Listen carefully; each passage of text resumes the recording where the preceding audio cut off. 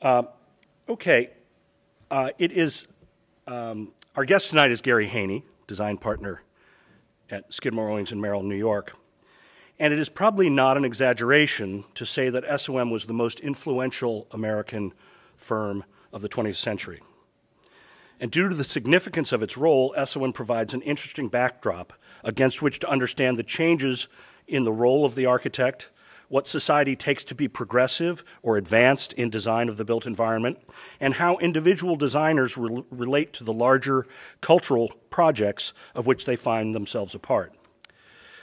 At this point, it's probably critical to make the distinction between the individual, sole practitioner, or group and an ongoing concern like SOM. Founded in 1936 by Louis Skidmore, Nathaniel Owings, and John Merrill, Skidmore, Owings, and Merrill quickly became SOM, emphasizing the collaborative over the individual. According to longtime SOM leader David Childs, the firm sustains its energy by working together in multidisciplinary groups. The future of SOM lies, in Child's estimation, in retaining and fine-tuning this original model. Of course, there have been highly influential individual designers at the firm: Gordon Bunshaft, Bruce Graham, Nathalie Dubois, and David Childs, among others. But the collaborative model remains. Gary Haney, design partner for the New York office, is also a member of the advisory council of our school, and the leader of our second in a series of graduate research studios focusing on the design of tall buildings. He has been with SOM for 30 years, and in that time he has played a number of roles in the collaborative and interdisciplinary work of the firm. When I met him, he worked in the design studio of David Childs in the Washington, D.C. office. Our colleague Tim Love and I were both young arrivals to the studio in the mid-1980s, and there saw assembled, unknown to us, what would prove to be the core of the firm in the coming decades. David Childs would go on to lead the firm in New York. He would be followed by fellow D.C. alum and current University of Pennsylvania Dean Marilyn Taylor. And our design department colleagues Gary Haney and Roger Duffy would go on to become the lead design partners in New York. In that role, Gary Haney has designed dozens of important buildings around the world. He's responsible for the Al Raj Bank headquarters in Riyadh, Saudi Arabia, the Al Hamra Tower in Kuwait City, and the Al Sharq Tower in Dubai, which was honored with a Progressive Architecture Award. He holds a master's degree from the Harvard Graduate School of Design and a Bachelor of Environmental Design from Miami University of Ohio. Please join me in welcoming Gary Haney. Thank you.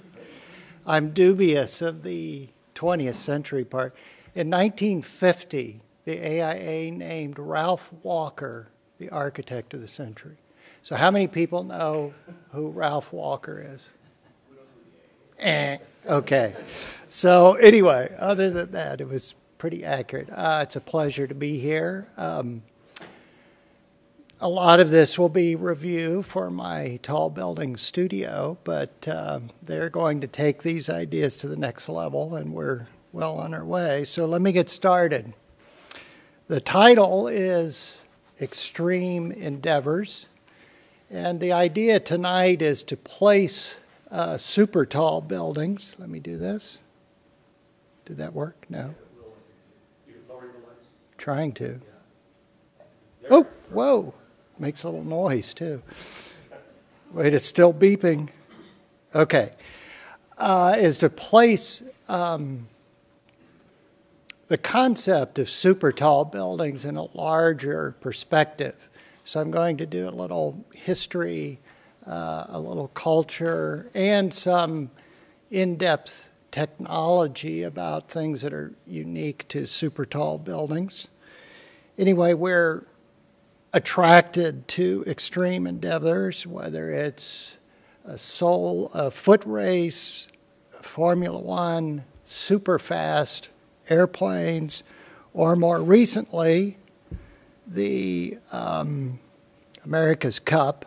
This I find absolutely extreme and amazing. A 6.5-ton boat that goes 50+ knots and actually rides on about 5 square feet of hydrofoil. This is out there.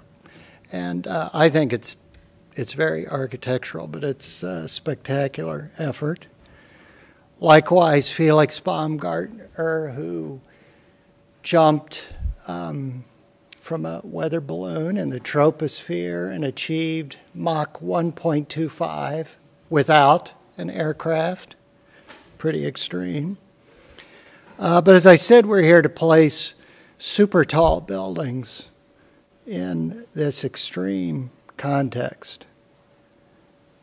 The current tallest building in the world, Burj Khalifa at 828 meters, designed and engineered by SOM, and the tallest building in North America, which is almost finished, Tower 1. Tower 1 for us is not just a building. It's very emotional to be a part of this rebuilding effort, but it's also in our backyard. And if I had a pointer here, I could show you 4 SOM buildings in this view.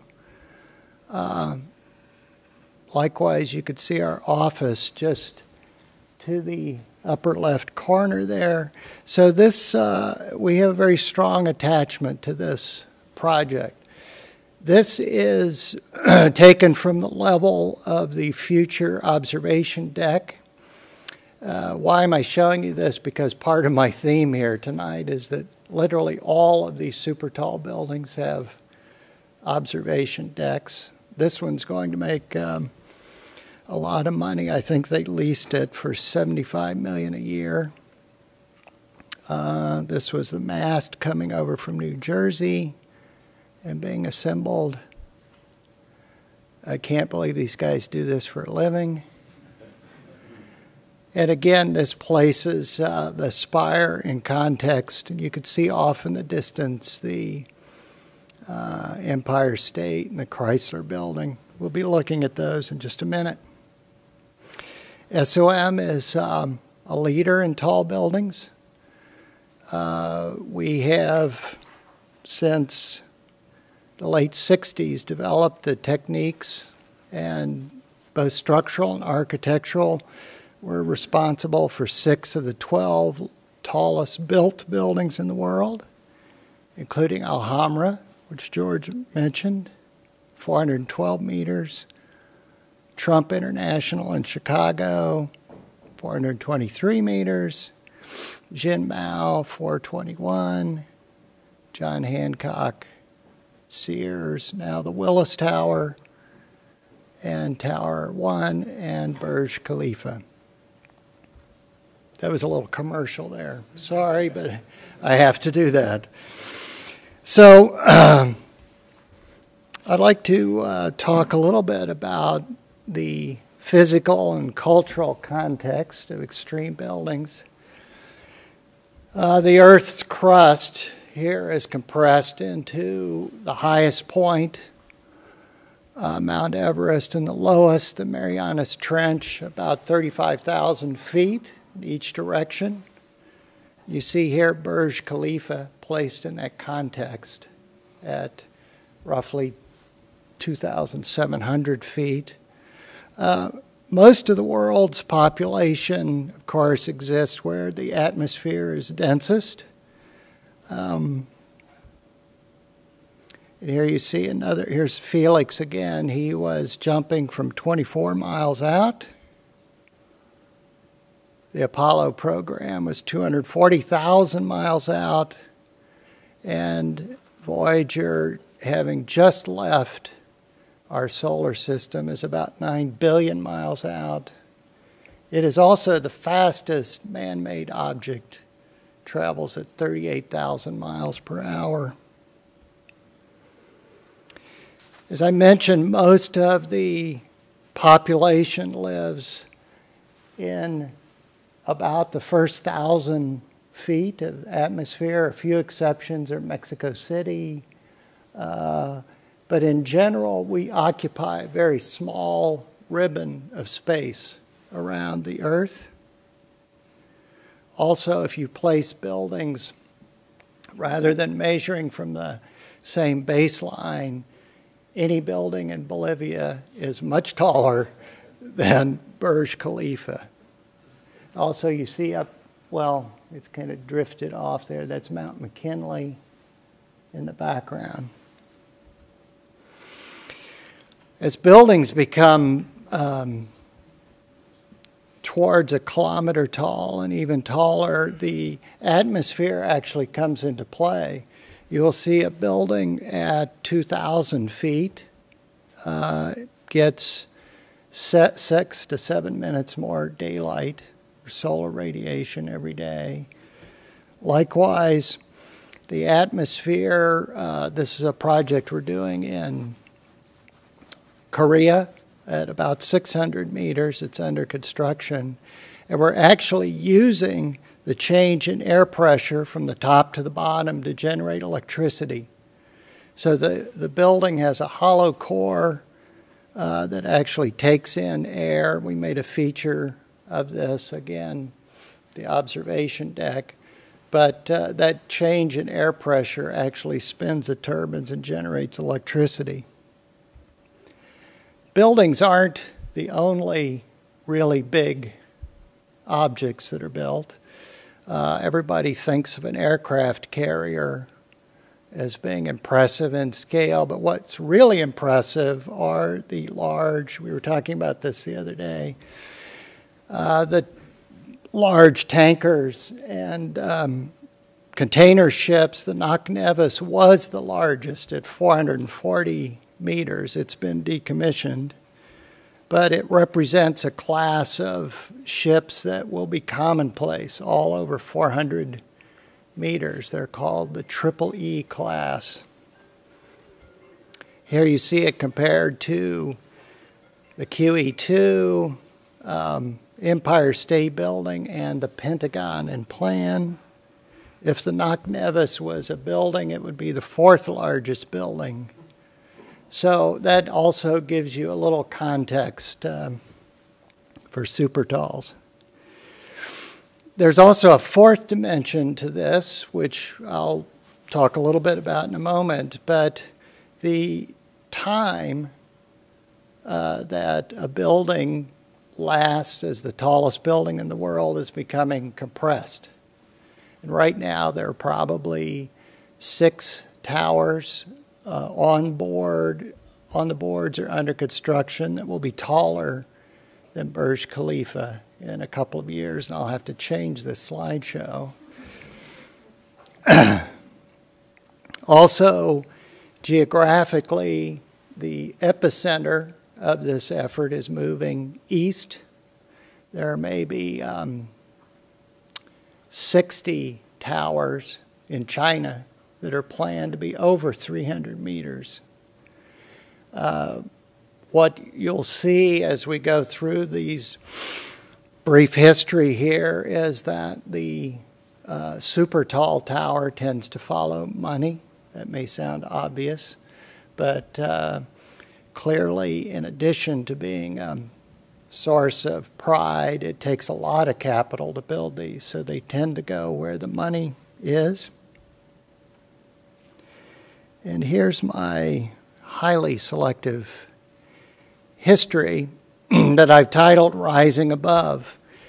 I think that there is an urge to leave the ground plane, and it might be, it's certainly cultural. It might have to do with religion. It might have to do with an effort to raise yourself above those around you, but it is something that dates back to prehistory, and men have been stacking stones on top of each other for years to mark special events or places. Sometimes it's entirely ego-driven. The pharaohs didn't want to meet God. They were actually gods. So they built these to commemorate themselves. This, the pyramid at Cheops was the tallest building in the world for 3,800 years.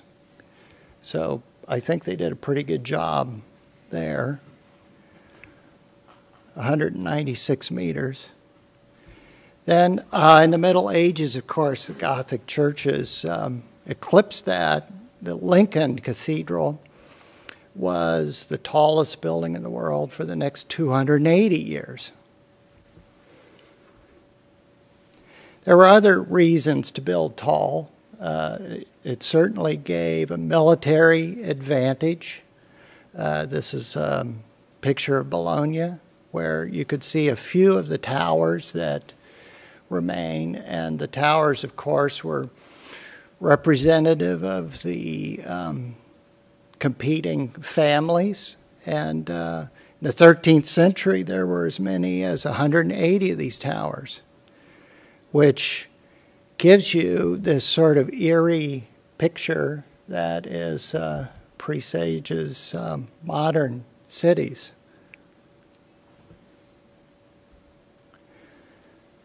Across the Atlantic, the great cultures of Mesoamerica also had this urge to rise above.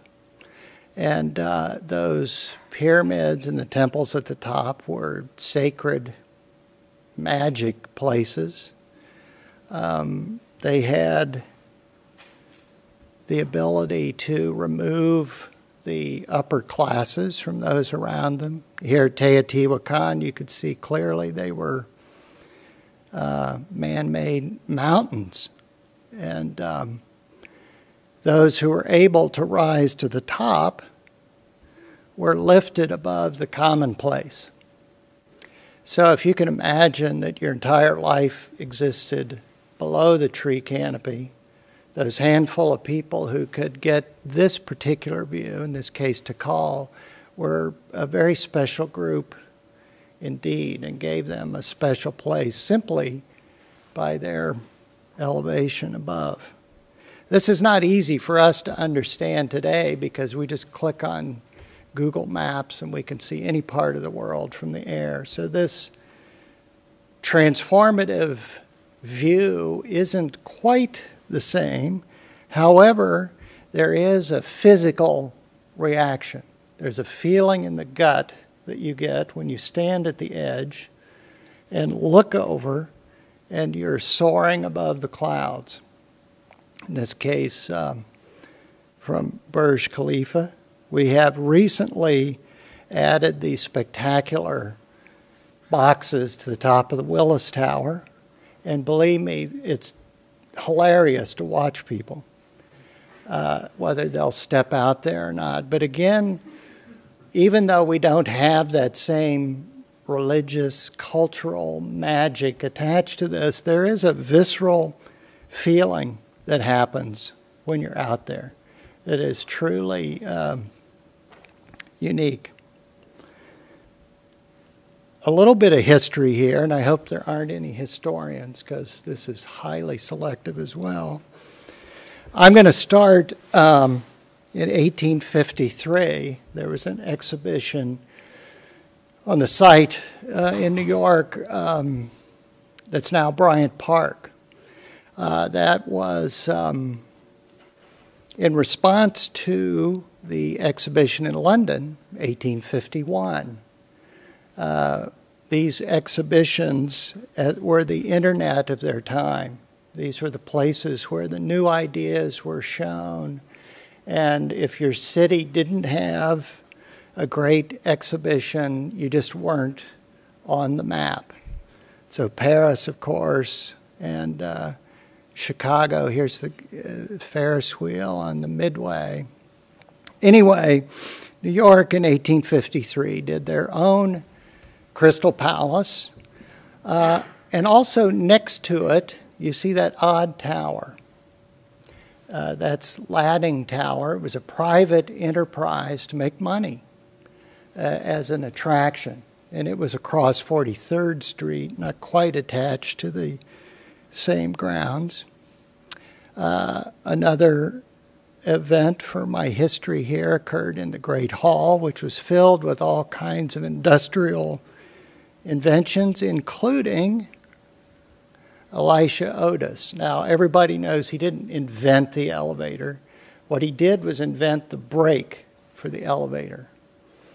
Why? Because the elevators were hung by hemp ropes that broke all the time, and people were crashing and getting killed. Well, he invented a brake, and he demonstrated it here in a very dramatic way by having his assistant, I don't have a pointer, but I do have a red circle, who actually cut the rope with him on it during his presentation. And of course, everybody was enjoying that. And that really started him off and started us off on super tall buildings. But equally important, the Landing Tower, which lost money, it's a total disaster. But at the observation deck, New Yorkers got this view. And for the first time, New Yorkers could see New York as an object that they had created. This was a stupendous, stunning thing. The New York Times gushed over this. Nowhere in the world can such a view be obtained. London, Paris, even Notre Dame does not rise to this height. So there was this awakening of a self-image of New York being equivalent to London and Paris and the great centers of Europe. Well, all this burned down.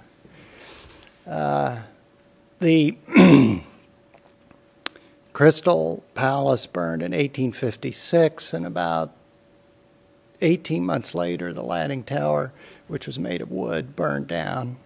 I think he had installed a steam elevator. It was a bad idea. So 13 years after that, there was the worst calamity the country had ever seen, the Great Fire of Chicago, where 4 square miles of downtown was totally destroyed. This would be eclipsed later by the Great Fire in San Francisco, but at this point, this was it.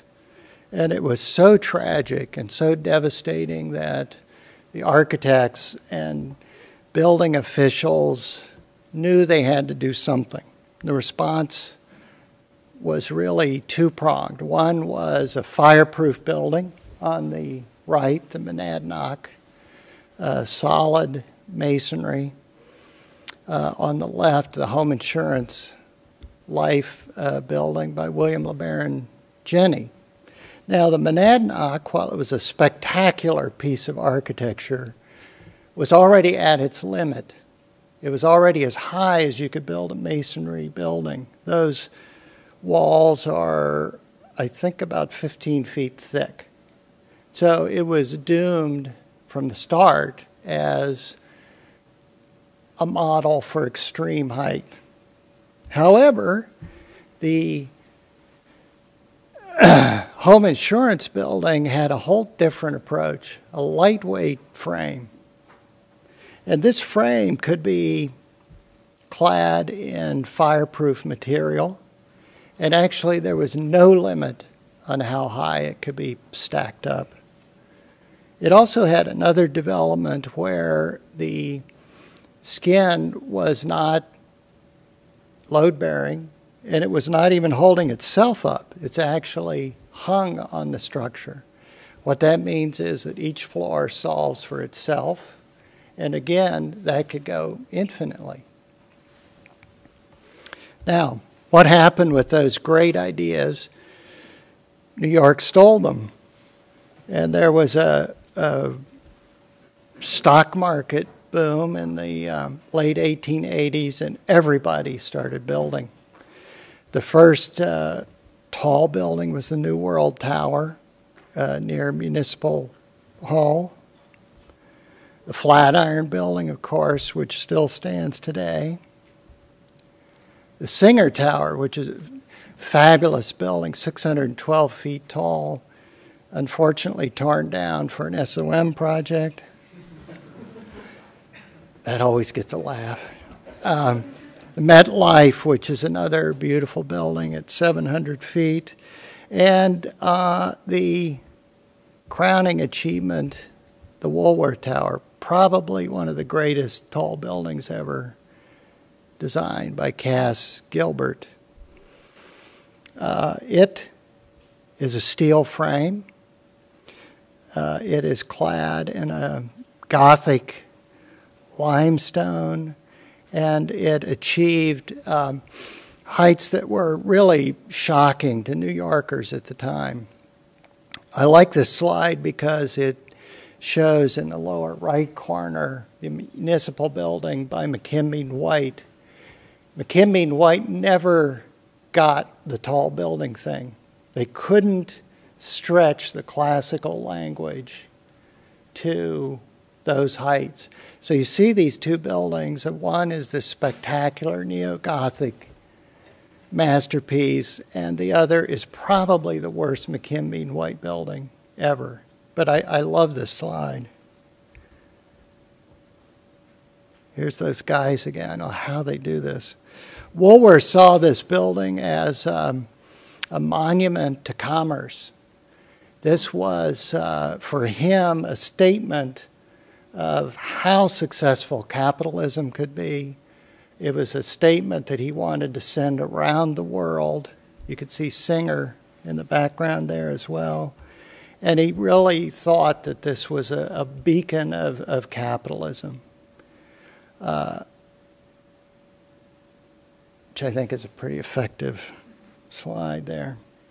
This was the last of the great downtown buildings, the great Wall Street skyscrapers. Boston got into it. I always put in a local. The Peabody and Stearns Tower, which was also very early, 1913 or so, improbably built on top of an 1850 structure. This thing is out there, let me tell you. You should all go and look at it if you haven't. Back when a time when the city was very different, very maritime. In fact, at the time, the Customs House was very close to the wharf. But another example of that striving of that early pre-war period. Okay, back to New York. Another boom in the late 20s prior to the crash caused a huge, another round of development. Chrysler and the Empire State were locked in mortal combat to see who could build the biggest tower. This is a picture of Chrysler and Empire State under construction. The Empire State Building was built in 15 months, which is also an extreme. In the end, though, the Chrysler, as spectacular as it was, only got to about 340 meters. They had the top of this tower was actually hoisted up from the inside as a surprise to keep the ultimate height top secret, which was also the case with Burj Khalifa. That was a closely held secret, the height of it. But nevertheless, the Empire State totally smoked it at 440 meters. I like this slide, too, because it looks like magic. I mean, suddenly we've left the realm of architecture even. Forget structure. There's something else happening here. And that something has to do with not just the image of the building, but again, this idea of the observation deck, which in 1933 must have just been breathtaking. It still is breathtaking, but at that time, I think magic was happening up here. While the Depression was going on, these buildings really were a representation of that last great building boom in Manhattan. They had tried everything. Egyptian revival and Deco and Gothic, and they had sort of run the gamut to the point where Lewis Mumford declared the death of the skyscraper. The next move is to recognize the skyscraper as a blind alley and an insupportable luxury to begin all over again. That was 1933. Thank God these guys didn't listen to him. They had a different idea. Skidmore and Owings and later Merrill, as George mentioned, had an idea that architecture might be a collaborative effort, one that combined structural, mechanical, and architecture in a way that would lead to a different practice and a different architecture. Here you see Gordon Bunshaft. Is that a drink in his hand? No, that could be coffee. Nevertheless, there was a whole new model of how architecture could work. It was a model that not only produced a new look for corporate America, but it produced a new way of thinking, one that downplayed the individual. And this is actually the SOM office in the Inland Steel Building, 1958. We still have those neckties made. But it produced architecture that was borrowed from Mies and other European traditions, but really began to suggest that corporate America would have a new home, one that looked modern, looked clean, a series of curtain wall buildings separate from structure, which you see very clearly here. And these not only redefined the outside, they redefined the inside, but they became gestures that would lead to super tall buildings. The development of the separation of mechanical, structural, and the skin all laid the groundwork for future super tall. Now, much has been made of Mies and SOM, but the real connection was Myron Goldsmith, who after World War II was a student of Mies's. He was also an engineer, actually an engineer first, and studied with Mies. And Myron's thesis actually suggested that the skin, while being separate from structure, might contribute to structure. And one of the ideas that he suggested was the diagrid, what we now today call the diagrid, executed in the Alcoa building in San Francisco in 1967. Whose building is that? There we go, okay.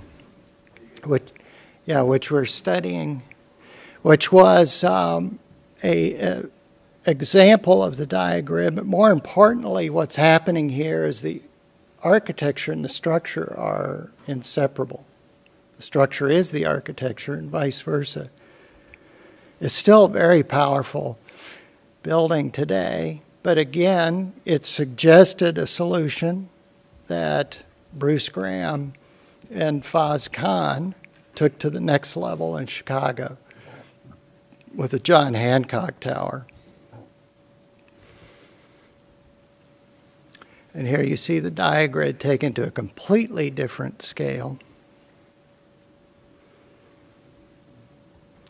So in 65, they were not only designing a super tall tower, but this is really a vertical city based on this use of the diagrid. And basically the diagrid uses the perimeter gravity loads to help with the wind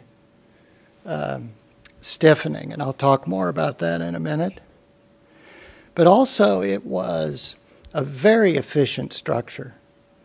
So even though there's similar heights, John Hancock a little taller, it uses 30% less steel because of the diagrid. As I mentioned, the Hancock was really a vertical city with offices, residences, parking.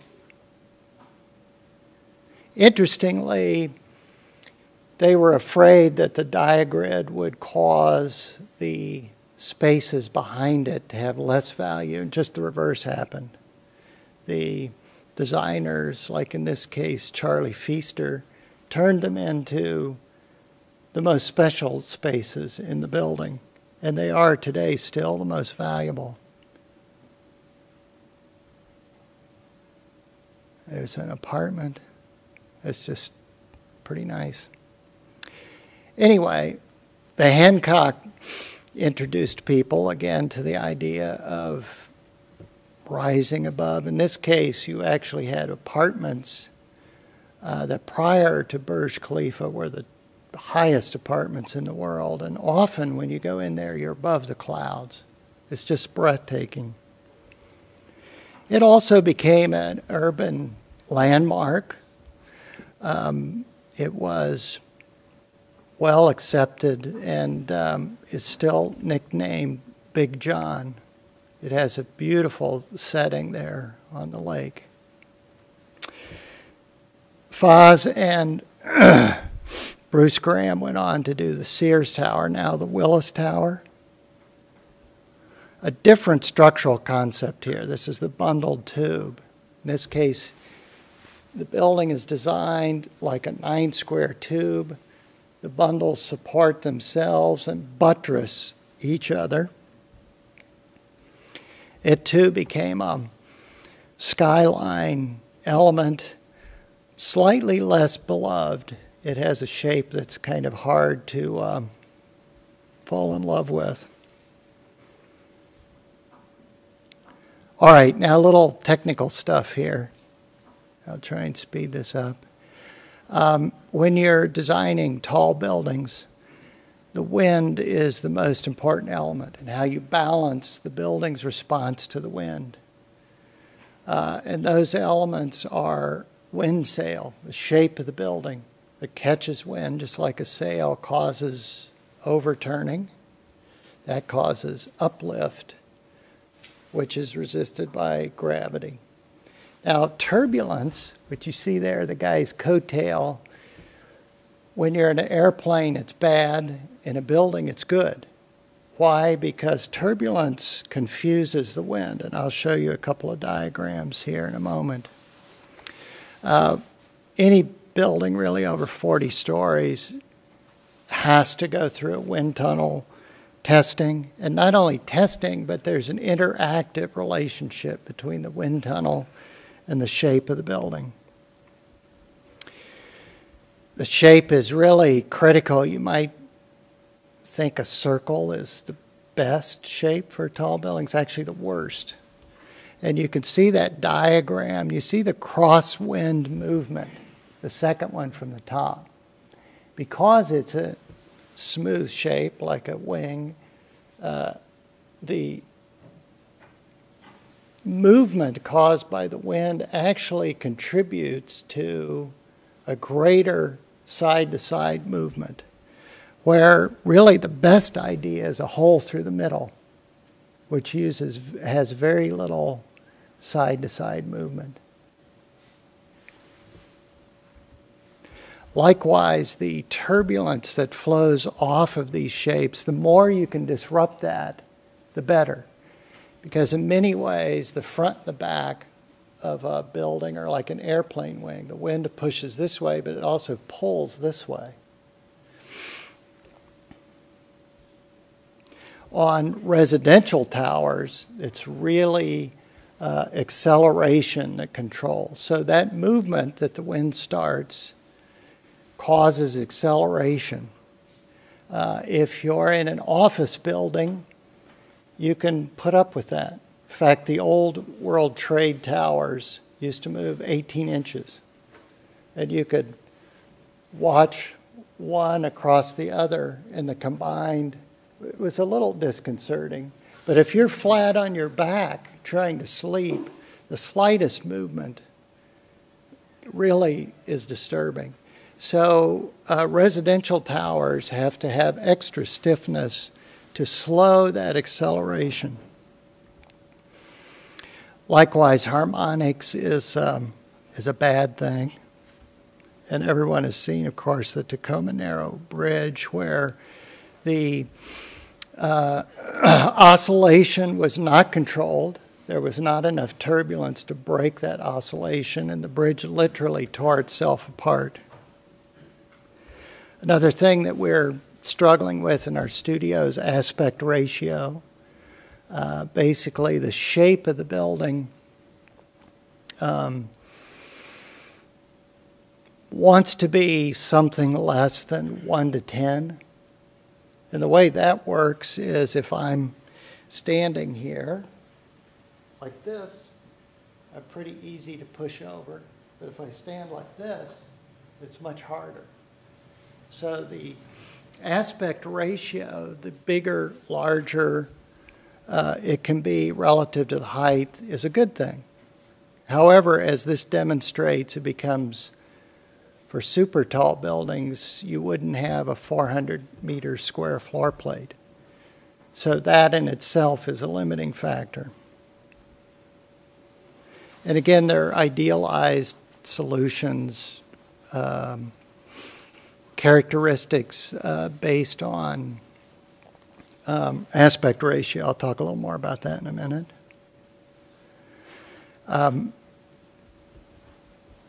We've also found over the years that there's an idealized tall building strategy. It's maybe 50 stories for office buildings and 60 for residential towers that maximize the efficiency of structure, elevatoring. But to move beyond that, you're into that magic realm, which I'll use that word again. You're looking for something else than efficiency, and that requires a whole new level of structural systems, which I'm not going to go into that. I just wanted to place that marker there. So I'll talk a little bit about Burj Khalifa and the wind. It was literally designed in an interactive program using wind tunnel. Its plan organization was to maximize the apparent aspect ratio. It's like standing with your feet apart. And also to organize the relationship of the building to prevailing winds in a way that maximized that ratio to the wind. Interestingly, as the design developed, the taller building performed better because of this interactive shaping process. So if you see the initial scheme there and its acceleration and base movement, the taller scheme, the final scheme, actually worked better. Why? Because of the shaping of the building. You can see it's an irregular shape, so it causes that wind confusion. And the thinness relative to the height. See, the initial scheme was much stumpier. And here's the dynamic movement models. Don't really understand those, but they look cool. Here's the basic idea of a buttressed core, very solid core with the 3 legs and very heavy hammerhead flange walls that, again, maximizes that appearance of the aspect ratio. It's primarily a residential tower. It has a hotel and a few offices in it.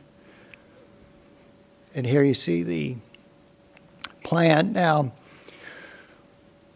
one of the ways to cause turbulence and to minimize that is to shape the exterior of the tower. And here you see clearly This is a unit layout, but the shape isn't actually just for design. It's to keep the wind from multiplying and to cause turbulence.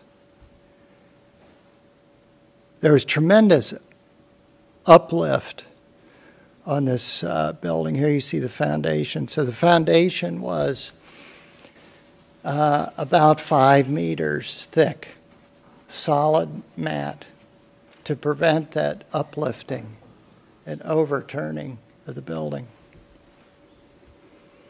Here again you see that sculpting. Ooh, that went on auto. That's okay. In addition to which, there are very heavy mullions on the exterior. Again, this is not for architecture, although it does create this nice verticality. Here's using Tom Cruise to demonstrate the depth. The mullions are 6 to 15 inches deep. Again, that causes turbulence around the perimeter of the tower and helps interrupt the wind's effect. That thing's really tall. I like this shot too. Obviously tall buildings are hit by lightning all the time, and there's something called a Faraday cage, which I know nothing about, but that's an assignment. Go find out what the Faraday cage is. I'll speed things along. Here's a tower we designed in Dubai. Interesting because of its aspect ratio. And here you see it's scaled. It's only 360 meters tall, but the purpose of this is to show its aspect ratio relative to other buildings. It's very extreme. It's 360 meters on a 36-meter square site. And we used the idea of the bundled tube from the Willis Tower, where each of these tubes support themselves, but then they're also supporting each other. And how does that work? Well, we came up with an idea that is very much like a suspension bridge, only we did it vertically. And around the perimeter, each tube has post-tensioned structural cables that cause it to resist wind movement. Here you see a diagram. The cables twist opposite hands as you move around, so they support each other. It has a very heavy core. Why? Because during construction, it has to support itself. And also, if there was ever a fire, it has to support itself. And the cables are there to resist wind movement. And again, the result of that is that the structure and the architecture are the same thing. You see that heavy core.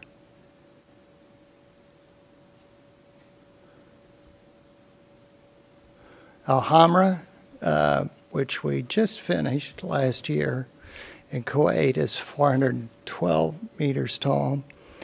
So it did really a different approach here. One that said, we looked at the site, all the views are north facing. Obviously the south is subject to severe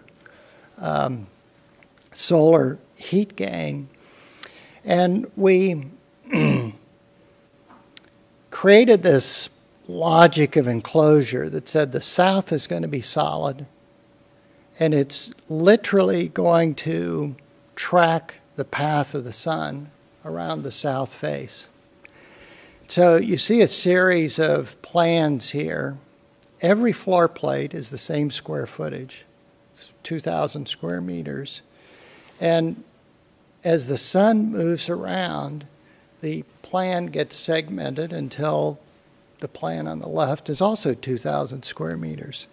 So it gives this appearance of movement, even though it's actually not moving.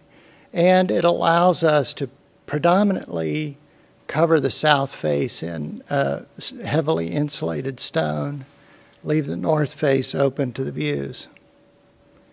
It's 90 stories, and it works in 3 lifts. And here you see the low-rise core.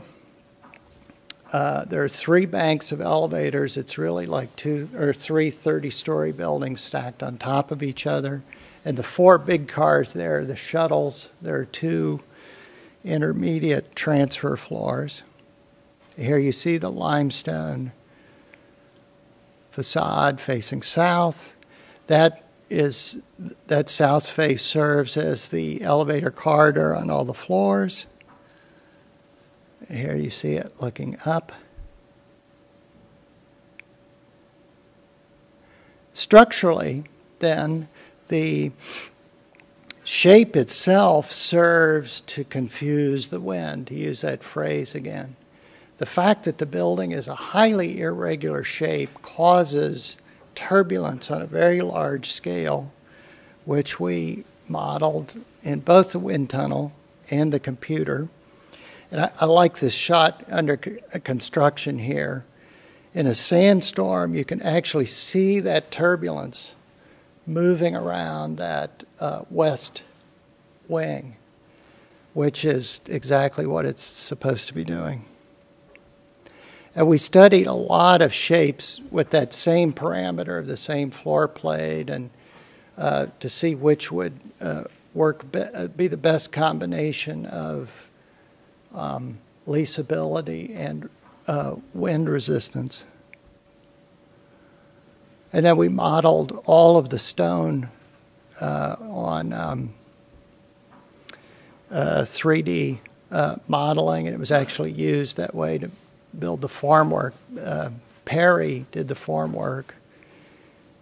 They actually thought this was an easy job because they're used to building those weird shapes for sewage digesters that you see. So this was actually a very simple job for them. It was jump formed, where the forms actually hydraulically just jack themselves up. And there's a finished product. Not leased yet, but they're trying very hard. I think we quadrupled the amount of office space in all of Kuwait with this. All right, moving on. The next stop is Megatall, which is defined as 600 meters and above. One of the things that we've discovered is the more complex our capabilities in structural modeling become, the more you appreciate what nature does. And in this case, bamboo is a fast-growing, strong, tall material. It's an ideal structural form. And in fact, we struck on that for a kilometer-tall tower in Riyadh. And the idea is that the tower is basically hollow, like a piece of bamboo. And the plan around the perimeter, of course, is ideal because it maximizes the amount of perimeter space and minimizes the deep space. So in a building that's a kilometer tall, what do you do with the, again, go back to that aspect ratio. What do you do with all that deep space? So following the example of bamboo, you just cut it out. And then, again, shaping the tower according to the wind, in this case, comparing the cylindrical model, which is the worst case, to the tapered, and testing that movement. And here you see it in comparison to Burj Khalifa. Structurally, you have a sort of central compression ring, a core of elevators that goes up through the middle. There you see an office layout, hotel, residential. And then the entire building would be this slip form idea that simply crawls up the tower. All right. Last year, I had another group of students study a super tall building in an existing urban condition. We were looking at Midtown Zoning to see if we could reverse engineer a kilometer-tall tower for Manhattan using Midtown Zoning. And this tower would be 200 or so stories, 14 million feet, would probably have 60,000 workers if it's an office building, 50 loading docks. That 9 billion US is not inflated. It's probably more than when we did the study now. So anyway, the purpose of this was to say, what would this be like in an existing urban environment? Now, when the Woolworth building was built, people were stunned and shocked and thought it was the end of urbanism. So the question that comes out of this, if you follow zoning, this would take 6 blocks. And you say, well, how does this really work? With the occupancy of a subway car, an elevator, the surrounding sidewalks, it would have to have, if it uses existing elevating, it would have to have functions inside it because people couldn't go to lunch. You couldn't go down and back in an hour and have lunch. It would overtax an already overtaxed subway system. There you could see the percentages of, actually I ride the 3, it's clearly over 100% today. So the question becomes, what does this mean? Is this something that we need to fear, or shadows? We looked at a whole bunch of cultural and technical issues. Or is this like the Woolworth building and simply a new paradigm for the city? And does it begin to suggest an entirely different skyline? I don't know. I know that it's technically possible. I know that we could do it. Others could do it. I just don't know if you want to, or what its value is, or what its real impact, or maybe I'm just being one of those naysayers in 1913 who said, gee, don't do this. I don't know. But it's a really important question, and it's one that these people are going to have to answer pretty soon. Finally, oh wait, I've got a few more minutes. Finally, why do people do this? And I saw this recently in the Wall Street Journal. This is have people seen this human tower thing before? Yeah. It's a Catalonian idea. It's called a castel, which means castle. And it's a competition that, you know, thousands of people go to, and they stack up humans in up to, I think the record is 10 or 11 tiers. I mean, it's just outrageous. And of course, they put the kids on top, which is nutty. Makes sense, but I wouldn't do it. And I don't know, it just strikes me as one of those urges that really it doesn't make sense, just the way super tall buildings don't make sense, but people feel compelled to do them. There's this magic about them. There's an optimism.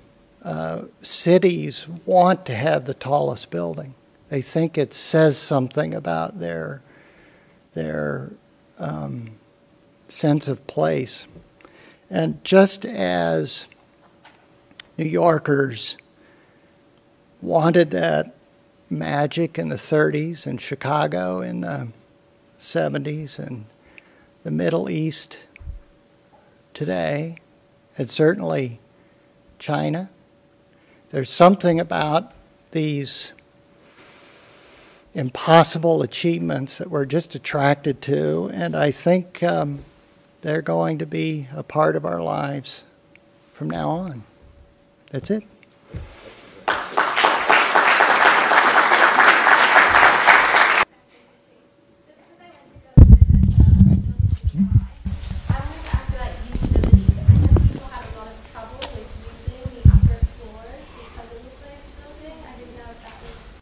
Yeah, there were some problems with the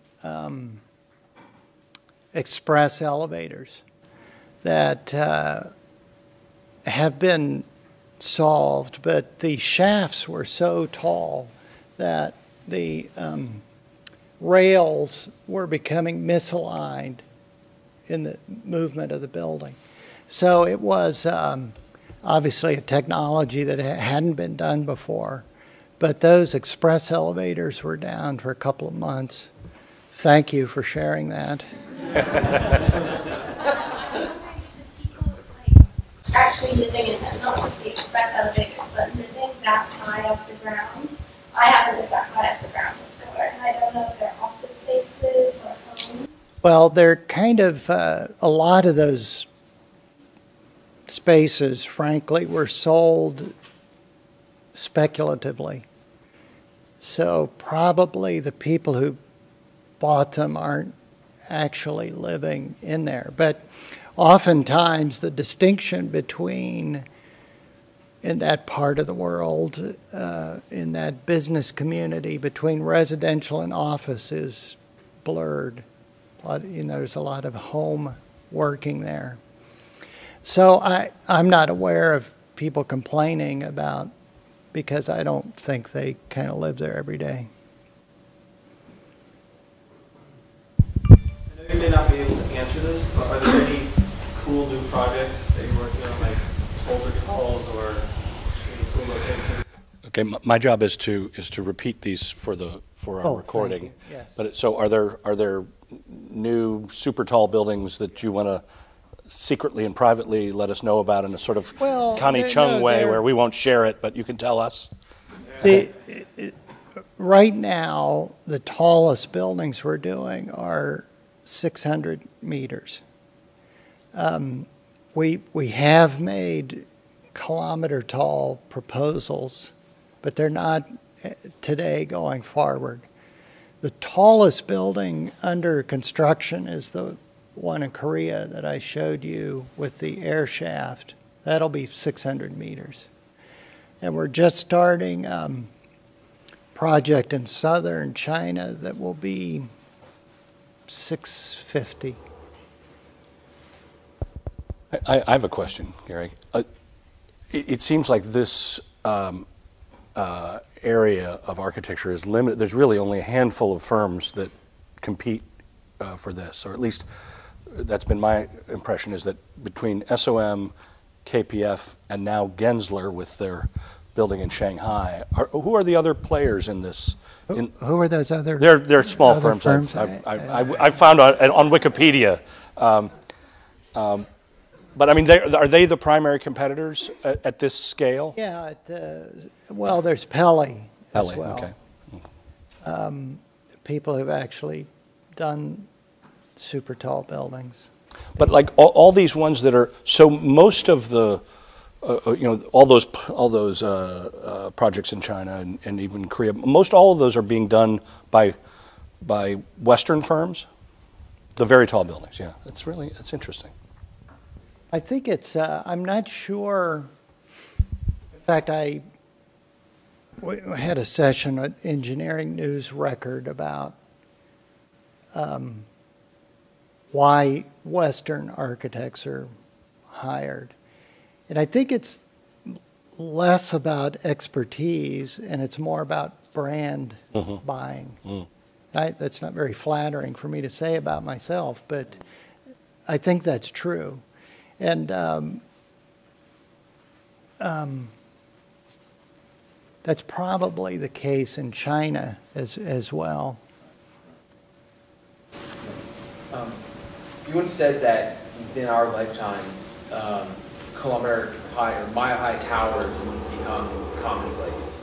I can kind of see that happening in China or places like Dubai, where there's a lot of land and not a lot of high towers already built. Do you see this as a possibility for the West? Like, is this possible for New York to have a mile high tower like in your last slide?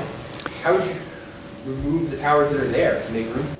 Yeah, The question is, what's the likelihood of a super tall building in a Western or New York context? Let me just clarify the mile high part, the kilometer part.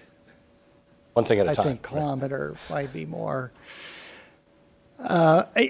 It's a good question, and I think that if you look at that sweep of history and my brief lesson there's a moment in the life of a city or an economy where this makes sense.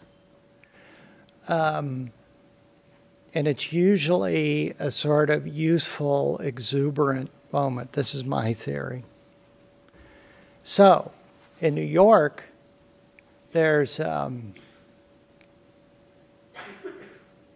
formula for a 60-story office building that fits zoning. It makes sense. It makes a lot of money for developers. So there's not going to be a lot of motivation for them to change that.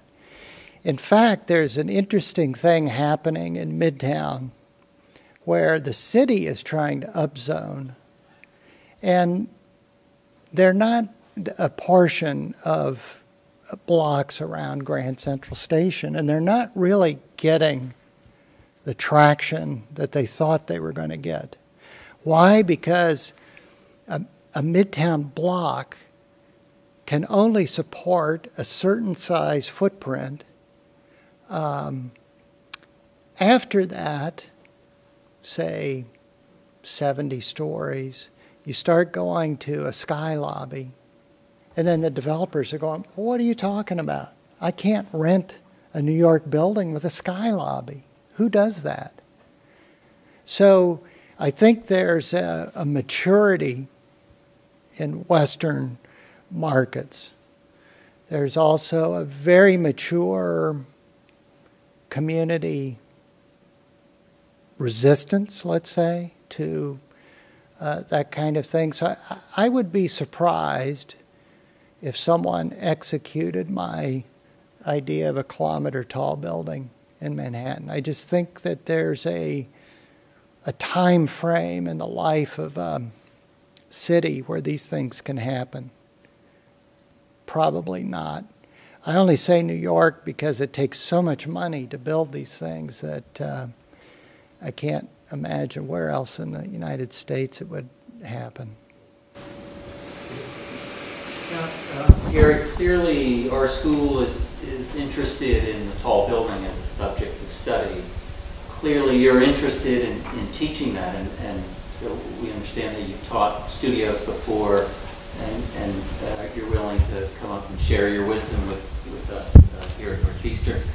Could you articulate what you think the value is for young people to be exposed to the whole proposition of designing tall buildings?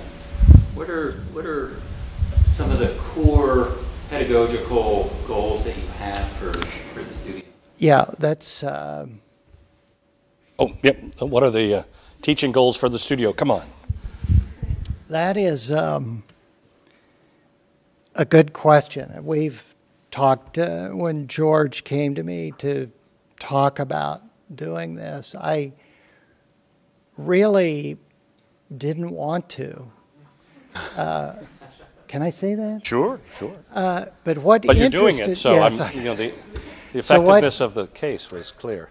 I just didn't want to do another studio where you pick a site and you do a tall building. That didn't seem to be, it wasn't certainly interesting to me. And I didn't think the students were getting a lot out of it. So when George came to me with this full year program where we did research and then do a thesis project, I thought, that's it. Why? Because I'm going to learn something from the research, which is proven to be true. And we've broken down the elements of tall buildings into little discrete packages, which we call genes, because we couldn't think of what else to call them. And it's been really revealing. Why? Because it's got some substance. You really get into the technical aspects. We talk about cultural issues. And I think the designs that we're going to get in the spring are going to be really rich. Also, I think that certainly in large firms, this is an important part of our practice. And wouldn't it be great if the people we hired actually had a basis of knowledge? I never did a tall building. You know, I went to school for, it took me a long time to get out. I don't know why, but I was doing urban hotels and things. I never did a tall building. And so suddenly I find that I'm doing them. And so there was that feeling that this ought to be a part of someone's education. So there was a little bit, I was being selfish, but I also think that it wouldn't be great if people who had the desire to do this could sort of get a jump start on it. Do we have other questions? Yeah.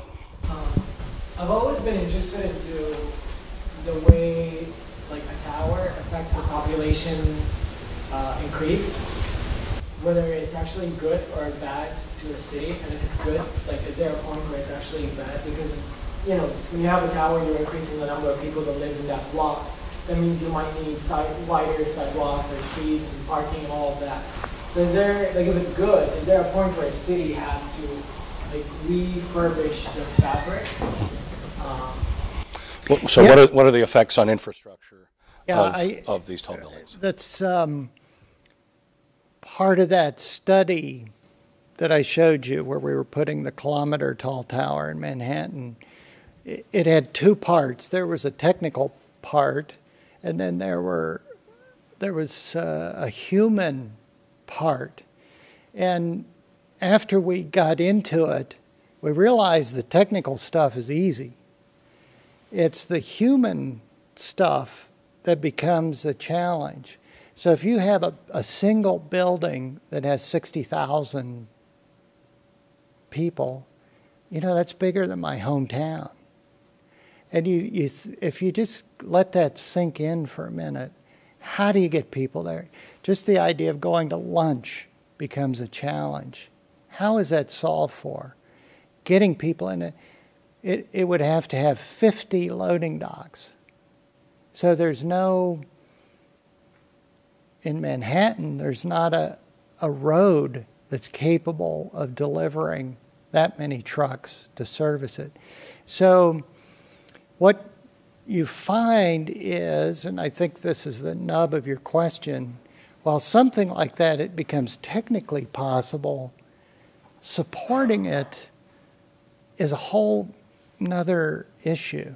And again, everything from the size of the subway cars to the size of the sidewalk to elevators that can carry, 30 or 40 people instead of 10 or 12. All of these become human condition issues relative to where you place these things.